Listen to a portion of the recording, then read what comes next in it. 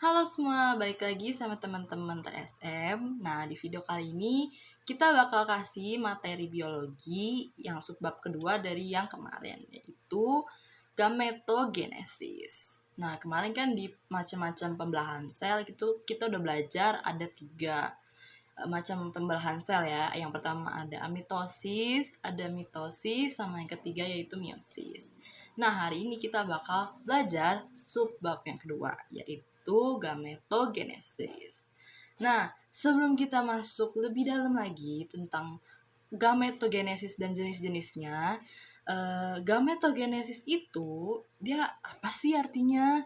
Nah, jadi gametogenesis itu dia adalah pembentukan gamet, proses pembentukan gamet. Intinya itu secara meiosis. Jadi ini gametogenesis ini merupakan lanjutan dari yang proses meiosis. Ini ada hubungan-hubungannya gitu sama meiosis kemarin. Nah, di gametogenesis ini bakal terjadi di manusia dan hewan sama di tumbuhan. Nah, kalau yang di manusia dan hewan itu bakal terjadi di laki-laki dan perempuan. Nah, yang di laki-laki prosesnya itu namanya spermatogenesis. Nah, yang di perempuannya itu namanya oogenesis. Nah, kalau yang di tumbuhan ini agak beda ya, dan mungkin baru pada dengar juga ya. Namanya itu kalau yang di laki-laki mikrosporogenesis. Nah, itu terjadinya kan nanti di kepala sari. Nah, kalau misalnya yang perempuan itu nanti terjadinya di putik dan prosesnya namanya makrosporogenesis atau megasporogenesis. Oke, tanpa berlama-lama lagi nih, ayo kita langsung masuk aja ke materi ya. Nah, selanjutnya kita akan membahas mengenai spermatogenesis. Jadi, pada dasarnya spermatogenesis ini tuh berasal dari kata sperma dan genesis. Sperma artinya spermatozoa dan genesis yaitu pembentukan. Jadi, spermatogenesis ini tuh adalah proses pembentukan dan perkembangan gamet jantan atau sel spermatozoa. Proses ini tuh terjadi di testis atau di tubulus seminiferus. Prosesnya itu awalnya ada di spermatogonial stem cell atau disingkat jadi SSC, yaitu sel induk sperma yang sifatnya diploid atau 2N. Nah, pada manusia sendiri itu kromosomnya berjumlah 23 pasang atau 46 kromosom. Kemudian, sel induk tersebut mengalami pembelahan secara mitosis untuk membentuk spermatogonium. Nah, salah satu sel spermatogonium ini akan kembali menjadi sel induk. Tujuannya untuk apa? Yaitu tujuannya untuk memperbanyak sel induk agar proses spermatogenesis ini dapat terjadi secara terus-menerus. Kemudian, sel spermatogonium yang lainnya itu akan mengalami pembelahan secara mitosis membentuk dua spermatosit primer yang sifatnya itu identik seperti induknya, yaitu diploid. Lalu, si spermatosit primer akan mengalami pembesaran ukuran, terus melakukan pembelahan meiosis pertama membentuk dua sel anakan yang disebut sebagai spermatosit sekunder yang sifatnya haploid atau memiliki 23 kromosom. Kenapa haploid? Karena pada meiosis pertama itu terjadi reduksi kromosom. Makanya spermatosit sekunder ini tuh bersifat haploid. Masing-masing spermatosit sekunder kemudian akan membelah kembali melalui meiosis 2 membentuk 4 spermatid yang sifatnya haploid. Nah, totalnya sekarang kan ada 4 spermatid. Spermatid ini tuh kemudian akan mengalami pendewasaan dan pematangan di epididymis. Nah, proses ini tuh disebut sebagai spermiogenesis. Selama spermiogenesis, spermatid akan memanjang lalu terjadi pengurangan volume sitoplasma dan akhirnya terbentuklah ekor. Nah, struktur ini tuh kemudian kita kenal sebagai spermatozoa. Nah, jadi kita tahu kalau misalnya satu spermatosit primer akan menghasilkan 4 spermatozoa haploid. Oke, thank you ya Gaby atas penjelasannya tentang spermatogenesis ya. Itu yang proses laki-laki tuh. Oke, tadi kan di awal tuh sempat disinggung ya, kalau misalnya di gametogenesis itu bakal terjadi di manusia dan hewan sama di tumbuhan. Nah, tiga-tiganya ini bakal ada di laki-laki sama perempuannya. Nah, tadi yang Gaby udah jelasin itu di laki-laki, di proses manusia dan hewan. Nah, sekarang aku bakal jelasin di yang perempuannya yang di manusia dan hewan, yaitu ada proses yang namanya oogenesis. Nah, di oogenesis ini tuh sama, mirip-mirip kayak yang spermatogenesis. Nah, tadi kan sperma, spermatogenesis, spermatogonium, dan lain-lain gitu kan. Nah, terus di sini juga sama. Di oogenesis ini dia bakal menghasilkan yang namanya ovum, tempatnya di ovarium. Nah, nama prosesnya ya udah pasti oogenesis. Nah, jadi gampang ya, bisa dibedain ya. Ovum, ovarium, oogenesis. Oke, tanpa lama-lama lagi kita langsung masuk aja nih ke prosesnya. Jadi yang pertama itu ada sel induk telur. Nah, sel induk telurnya ini namanya oogonium. Nah, di sini dia tuh 2N ya. Dia bakal berkembang jadi oosit primer. Nah, di sini dia tuh masih 2N ya. Nah, habis itu dia bakal mengalami pembelahan meiosis pertama. Jadi dia menghasilkan oosit sekunder. Nah, di sini dia udah haploid dan menghasilkan juga namanya badan pelar 1. Nah, kalau udah menghasilkan 2 ini, dia lanjut lagi ke pembelahan meiosis 2. Jadi oosit sekundernya ini sama badan polar satunya ini dia bakal membelah lagi. Yaitu lewat pembelahan meiosis yang kedua. Nah, nanti di pembelahan meiosis yang kedua ini dia bakal menghasilkan yang oosit sekundernya itu dia bakal menghasilkan ootit. Nah, kalau yang di badan polar satunya dia bakal menghasilkan badan polar 2. Nah, nanti kan ini udah lewat pembelahan meosisnya kan 2 kali. Nah, nanti ootitnya ini yang tadi ya, ootit yang haploidnya itu dia bakal berkembang terus menjadi ovum. Ovumnya itu yang fungsional. Nah, terus nanti lanjut deh itu proses yang lain-lain. Oke, habis itu kita lanjut ke proses yang tumbuhan ya. Kita akhirkan oogenesis sama Vina. Nah, itu oogenesis itu terakhir kali kita bakal ngomongin tentang sel gamet pada manusia. Sekarang kita lanjutnya ke tumbuhan. Kalau misalnya tumbuhan, itu tepatnya ada di suatu organ yang kalian dapat lihat di sini. Kita sebutnya sebagai bunga. Nah, tapi kita nggak perlu mengingat lagi tentang struktur bunga kayak misalnya mahkota bunga dan sebagainya macamnya. Kita hanya perlu tahu sekitar 4 kurang lebih. Di sini kita sebutnya anter. Yang atas ini nih yang kayak bola kecil itu kayak itu disebutnya anter. Ini bentar. Anter. Kalau misalnya ini kita ingat lah ya harusnya benang sari. Kalau misalnya di sini sekitaran sini atau mungkin tepatnya sini ya, sebutnya ovari. Ovari ini itu untuk pembentukan gamet betina yang bakal dilanjutkan oleh Meril nanti. Sekarang kita fokus ke yang jantan dulu, anter. Kalau misalnya pembentukan yang jantan itu ada di anter sini. Di anter, wah. Nah, kita mau lihat nih. Anter ini misalnya kita belah secara melintang di sini ya. Itu bakal ada yang bentuknya kayak begini nih, kurang lebih.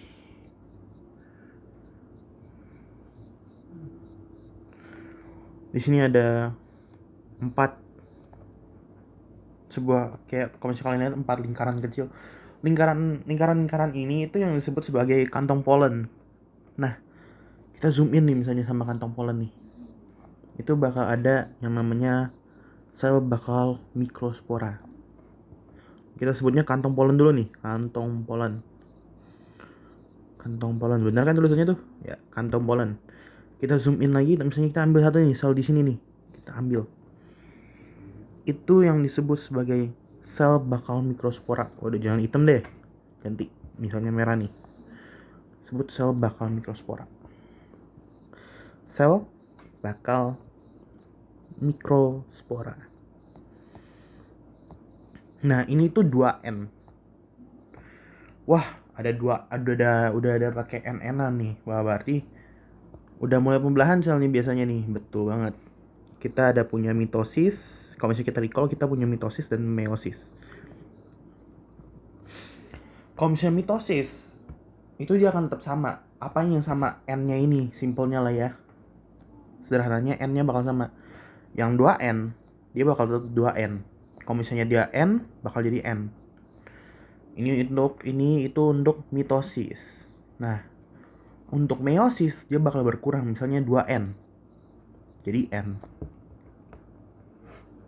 Nah, sel bakal mikrospora ini kan 2N nih. Kalau misalnya mitosis dia bakal tetap jadi 2N. Tapi kalau misalnya dia meiosis dia bakal jadi N doang.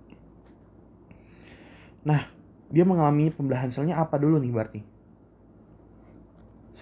Dia itu bakal mengalami meiosis. Jadi jangan itu deh, warna ini deh. Bakal jadi 4 sel mikrospora. 4 sel, atau sebutnya sel mikrospora aja deh. Sel mikrospora begini. Nah, berarti kalau misalnya di sini 2N, di sini apa dong? Kalau misalnya dia mengalami meiosis di sini, jadi N. Nah, udah selesai belum nih sel mikrospora? Kayaknya udah deh. Kan pembelahan sel doang. Belum nih. Dia bakal lanjut lagi. Mitosis lagi nih dia, mitosis. Membelah lagi dia. Jadi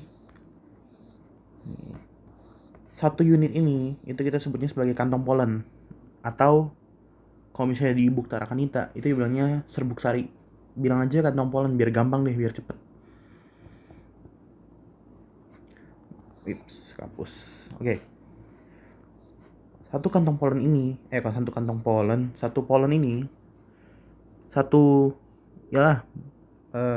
polen aja. Satu polen ini, serbuk sari ini, itu akan ada 2 inti. Kalau misalnya di e-book Tarakanita disebutnya sebagai inti vegetatif dan inti generatif. Tapi kalau misalnya mau simple, sebutnya tube cell atau sel tabung. Tube cell nih. Tube cell di sini. Di sini generative cell atau sel generatif, inti generatif. Ini semuanya sama semua. Ada satu tube cell, ada satu generative cell. Tube cell, generative cell. Berulang terus. Begitu mulu. Nah, apakah udah sampai sini aja? Ya bersyukur-syukur udah selesai sampai situ doang. Sini doang untuk ini semua kita sebut sebagai mikrosporogenesis. Nih, tulis di sini. Mikrosporogenesis. Nah, berarti kalau misalnya kita dapat simpulin dari banyak proses ini, dari yang kita lihat, kita antar ini kita potong secara melintang, ada kantong polen yang kita ambil sel bakal mikrospora yang dia mengalami meiosis menjadi sel mikrospora. Dia mengalami meiosis menjadi sel mikrospora yang kemudian mengalami mitosis menjadi satu polen atau serbuk sari. Berarti mikrosporogenesis itu sebenarnya apa? Nah, polen ini itu kalau misalnya kita ingat dari mungkin SMP, SD, dia ini serbuk sari atau polen ini tuh bakal menjadi sebuah sel gamet dalam fertilisasi ganda atau pembuahan. Berarti mikrosporogenesis itu bisa dibilang pembentukan serbuk sari atau polen untuk proses fertilisasi dong. Ya, betul. Mikrosporogenesis itu kalau misalnya dilihat dari e-book Tarakanita sih, mikrosporogenesis, nih gue bacain ya. Mikrosporogenesis adalah proses pembentukan mikrospora dalam kurung serbuk sari. Tapi simpelnya, ini mikrosporogenesis itu pembentukan serbuk sari. Wah, di penuh nih screen-nya nih. Tapi sebenarnya sih ini pembentukan serbuk sari. Ini prosesnya cukup singkat.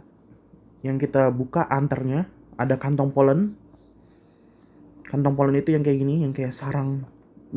Banyak itu. Itu kantong polen.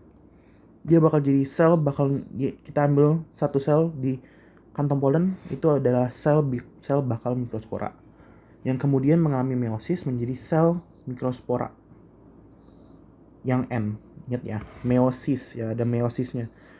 Sel bakal mikrospora yang bakal itu 2N, yang udah mikrospora itu N. Nah, sekarang mitosis. Kita mau tambahin informasi dikit nih. Kita kan tahu mitosis itu dari N ya tetap N, 2N jadi 2N. Berarti kalau misalnya sini udah N, berarti satu polen ini apa dong? Ya N doang. Ini aja. Oke sih, ini aja. Kalau misalnya bagian ini masih kurang paham, boleh diulangin lagi nggak apa-apa. Sekarang ini kan udah selesai mikrosporogenesis, sekarang dilanjutin megasporogenesis atau makrosporogenesis sama Merrill. Oke. Terima kasih guys. Oke, sekarang kita masuk ke megasporogenesis. Sebenarnya proses apa sih itu? Jadi ini adalah proses pembentukan gamet betina atau ovum yang menghasilkan kandung lembaga. Nah, dari pengertian ini kita bisa lihat ya, buat hafalinnya gampang banget. Karena dari megasporogenesis aja nih. Genesis itu kan adalah proses pembentukan gamet betina. Dan mega, kenapa nih disebut mega? Karena kandung lembaga itu merupakan sel yang besar. Jadi gampang banget ya buat diingat. Megasporogenesis. Nah, proses ini tuh terjadi di bakal buah atau ovarium yang ada pada tumbuhan. Sekarang kita bakal langsung masuk aja nih ke proses-prosesnya. Pertama, ada sel induk megaspora atau disebut dengan megasporosit yang berkromosom diploid atau 2N dan akan mengalami meiosis 1. Nah, ini prosesnya udah kita pelajari kan di materi sebelumnya. Setelah mengalami meiosis 1, kayak yang kita tahu hasilnya adalah 2 sel haploid atau N. Dan lanjut mengalami meiosis tahap kedua, di mana yang dihasilkan adalah 4 sel megaspora haploid, yaitu sama-sama N juga ya. Dan dari 4 sel yang dihasilkan itu, 3-nya akan mengalami degenerasi atau 3 selnya itu bakal mati. Sedangkan satunya lagi kemana? Nah, satunya lagi itu akan tumbuh dan melanjutkan proses pembelahan mitosis sebanyak 3 kali lagi. Tapi tanpa diikuti sitokinesis atau pembelahan sitoplasma. Selanjutnya, dari hasil mereka itu melakukan pembelahan mitosis, maka akan dihasilkan 8 inti megaspora. Di mana dari 8 itu, 4-nya akan menuju ke kalaza dan 4-nya lagi akan menuju ke mikrofil. Kalau kita lihat di gambar nih, yang di atas kan dia menuju ke kalaza dan yang di bawah dia menuju ke mikrofil. Nah, dari masing-masing 4 yang menuju ke daerahnya masing-masing, salah satu dari masing-masing keempat itu akan bergerak ke tengah. Kalau kita lihat di sini, ada 2 kan di tengah-tengah. Itu satu dari kalaza dan satu lagi dari mikrofil. Dan yang di tengah ini mereka akan menyatu membentuk inti kandung lembaga sekunder yang berkromosom diploid. Kenapa diploid? Karena tadi mereka kan 8 inti megaspora yang kromosomnya haploid. Nah, haploid dengan haploid ketemu. Jadi pada saat mereka menyatu dan membentuk inti kandung lembaga, maka mereka itu jadi diploid karena N plus N jadi 2N ya. Nah, sedangkan 3 lainnya yang ada di atas, 3 yang di bawah, itu kita sebut dengan antipoda atau inti antipoda. Dan dari 3 inti antipoda ini, masing-masing itu juga punya peran yang beda-beda, di mana 2 yang di kiri dan yang di kanan dari masing-masing itu adalah sinergit. Sedangkan yang di tengah itu namanya adalah ovum. Nah, dari penjelasan tadi, kalau misalnya kita lihat apa aja sih hasil dari proses megasporogenesis ini. Jadi hasilnya itu adalah 3 inti antipoda, 1 inti kandung lembaga sekunder, 1 inti ovum, dan 2 inti sinergit. Kita akhirkan oogenesis